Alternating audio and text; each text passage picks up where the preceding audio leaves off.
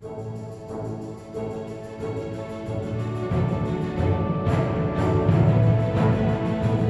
Lucy as the princess, Violet as the turtle, Natalie as the narrator and judge.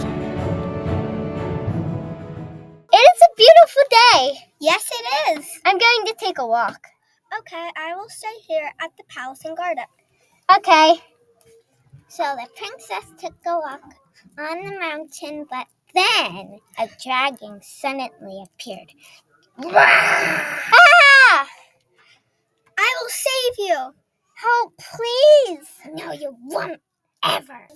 Then the turtle saved the princess, and the turtle and princess lived happily ever after. Yay!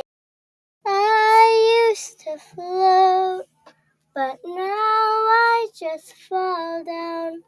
I used to know, but now I'm not sure now what I was made for.